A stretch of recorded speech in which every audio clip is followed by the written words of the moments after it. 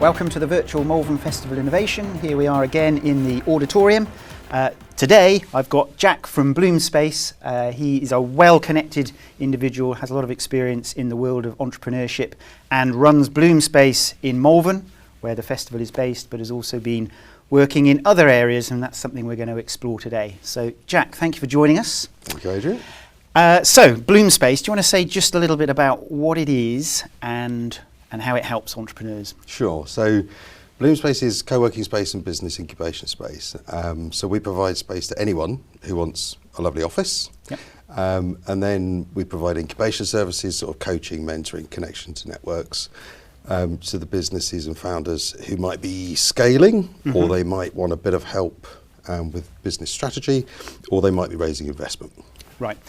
And I mean, you've also worked in London and you've done stuff there. That's where before you moved to Malvern.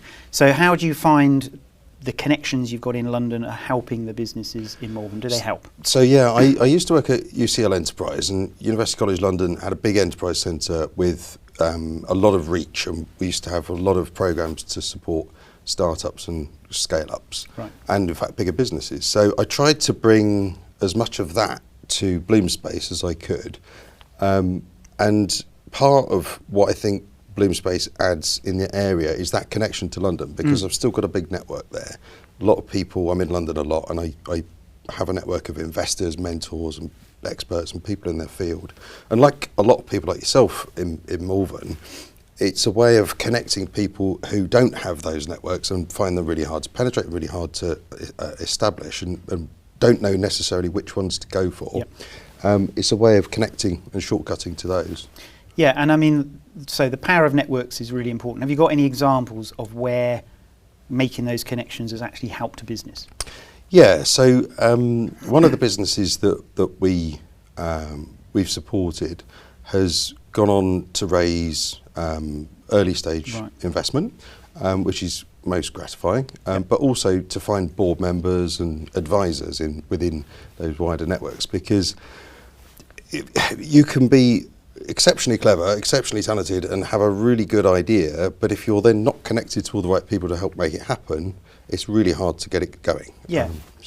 And I think also, if you're going to grow a business properly, you can't be parochial, and you've got to reach out. It's one of the things that we always went with in UCL Enterprise, was this idea that you're building an ecosystem, because it's very, very unlikely that every single one of the best people for your startup are going to be found within that university or within any other ecosystem. So you've got to look outside of that, and you've got to interconnect with all those other ecosystems to find the best people, because, as you say, you don't want to be parochial about it and just work with the people that you've met before. Yeah, exactly. Yeah. And the other exciting stuff that you're involved with is now there's a Bloomspace in Hereford, which is obviously the other city in Herefordshire, neighbouring us here in Worcestershire. That's a great project. So there's a brand new higher education institution, soon to be university, in Herefordshire called NMITE, so the New Model Institute for Technology and Engineering.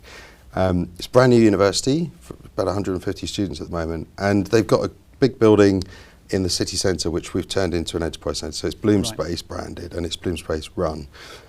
And it's, again, co-working and incubation space, and also because it's within the university, it's also got a really big advantage because it's got student activity going on in it. So you've got students there doing their business projects and doing their interaction with business, but also the staff are using it to do sort of outreach and interactions with the public. So it's nice to be back in a higher education setting again. Yeah, and it's good that it's an engineering focused university, because I think that's something we're potentially lacking. Absolutely. It's also good that it's new, and it's a start-up and scale-up itself.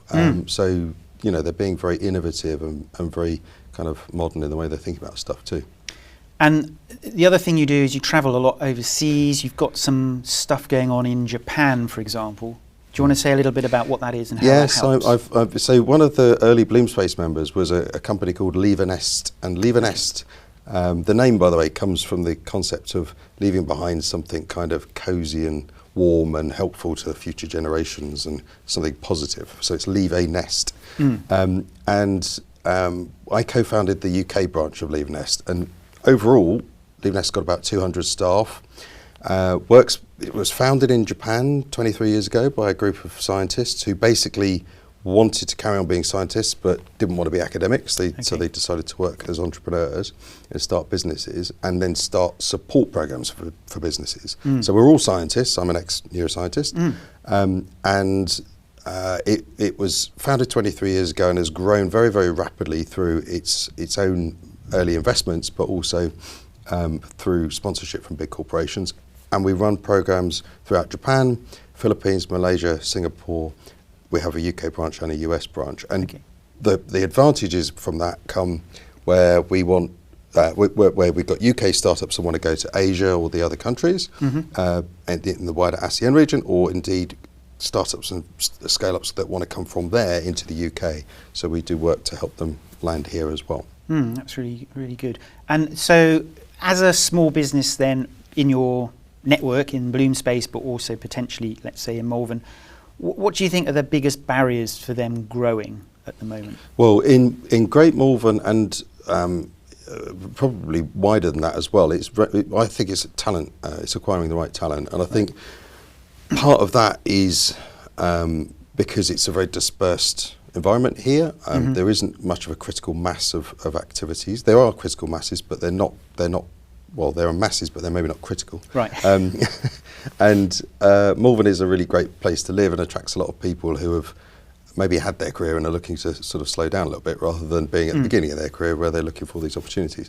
At the moment, obviously, the Festival of Innovation is a good showcase of something that is helping to keep the place young and vibrant and exciting for all sorts of people. But I think, looking for the right people for the business in the area is something I've seen businesses struggle with. Right. I think there are also kind of some broader technical things around, access to banking facilities and sort of technical stuff like that. But I think generally across the board, it's probably talent. And do you think something like NMIT's going to help with that talent, or Yes. is the talent broader that we need? Oh no, definitely. I mean, they have a very innovative teaching model where it's all done using student projects within businesses. So the amount of student activity going on in small businesses in Herefordshire and beyond now is going to just keep growing as the student body grows and they do more and more of these projects, which has got to help with employability skills and with the connections that those young people have with the businesses and, leading into jobs and keeping jobs in the area as well. Yeah, that's important. What about some of the government initiatives and things then? So Innovate UK, are there other places that you recommend people look at and can source funds or help? Yeah, Innovate UK are good. They've got a whole network of advisors around the country that do a really cool job of that kind of thing. Also, only last week I was in London working on a programme, actually it was an Innovate UK funded programme for scale-ups that want to go to Singapore. Okay. I know you know Singapore very well, and it was a really fascinating programme because my small part of it was talking about startup support in Asia, so it's quite broad. But it was quite clear, because I got to go to both of the 2 days, that it was quite clear that the support Innovate UK are giving those startups, and it's fully funded, including the trip to Singapore, is really, really exciting, and actually something that I think a lot of businesses locally to here might not even realise exists. And actually looking out for those kind of fully funded programs to take your technology and showcase it abroad, network, meet suppliers, meet customers, meet other founders, all within a really condensed period of time. And that's all been, and the cost of doing that's all been covered. I think that's brilliant. And that's the sort of thing that hopefully UK government will carry on with. Now we're post-Brexit and in the new funding cycles, but it's something that I think if companies aren't aware of that, they should be looking out at Innovate UK and others to find out about those programs. I mean, it always seems to be a challenge that companies, their heads down, they're doing the work, they don't have time to find out what else is out there to help them. Yeah. And I haven't got the answer for that. Maybe you've got some suggestions. Well, I think I guess the first thing is to talk to Innovate UK, talk to their advisors, because there are plenty of people out there that will help with the application process, and they're funded to do that, so you don't always have to pay them. There are people whose job it is to help you apply. But also talk to other people that have been on the programs and find out whether they're as useful as they look like they're going to be, because if they are, then put the resource in. And of course, if you get the feedback that actually it wasn't quite worth the time, then of course don't continue. Exactly. Yeah. So just looking at scaling businesses. So a lot of the companies that we work with, you particularly in Malvern and so on, and with the students, they're small companies. But obviously we've got these companies that are in that scaling place. How can you help those? What help do they need? Well, as you say, the majority of the companies I work with are at the really early stage, but the ones that I see that are scaling, it's really around access to finance a lot of the time, and access to investment, largely because that leads on to them being able to recruit well-paid staff and attract those people for those jobs that we were talking about, the skills deficit earlier. And I think that being able to talk to somebody who's coached startups through that process, which I've done and I know you have, and talk to people who've done it is important, because until you've done it, you haven't done it, right? And then once you have done it, you know how to do it. But of course, if it's your first time, you don't. So talking to other people who've done it, and let's face it, the actual investment cycle process it's mapped out, it's very well known, and you can't fake it, and you can't hack it, right? It's a pretty linear process. One stage comes after another, which results in you getting investment, assuming everything goes well. And actually, just knowing what those stages are, what order they go in, and how to approach each one, I think is really invaluable for scale-ups that are looking to go to talk to those investors. No, I agree. And the other thing I wanted to ask about was what do you see is exciting in the future? So, we've got this small town, we've got some SMEs and startups, but we've got aspirations to be much bigger. We have lots of people talking about all this. But what excites you about the possibilities of this area? Where could we go? Well, I think that the area has got a real history of innovation. And I mean, actually, it was quite interesting, because one of these scale-ups I was talking to in London last week that's going to Singapore was using a technology that I'd heard about maybe up to 10 years ago that was being at least developed and used by Kinetic, of course, Malvern-based company, which essentially uses fibre optic cable as sensors. Now they've developed that into a product and are taking it into the marketplace, but it just highlighted how, I inadvertently met this company in London, and they're using technology that's been developed here in Great Malvern. So it's important that people remember the history of the innovation that is in the town and that what's happened already. And I think building on that is important. I also think we've got a really good resource in the science park that's being built and expanded. We've got, the phenomenal area to live in. People want to live here. The interconnectivity of Great Malvern into other places through the train system is in some ways really good, and in other ways doesn't work as well as it should. But when it works, it's really good. You can be in London within a couple of 3 hours and it was one train, or Birmingham and other big places where you can find what the resources you need. So the future's, I think, pretty good and pretty exciting. And I think that as the things like the festival and all the other things that are going on in the area showcase the space as being somewhere interesting for cool businesses and interesting people and interesting jobs to continue, that will make the place, it will make it thrive.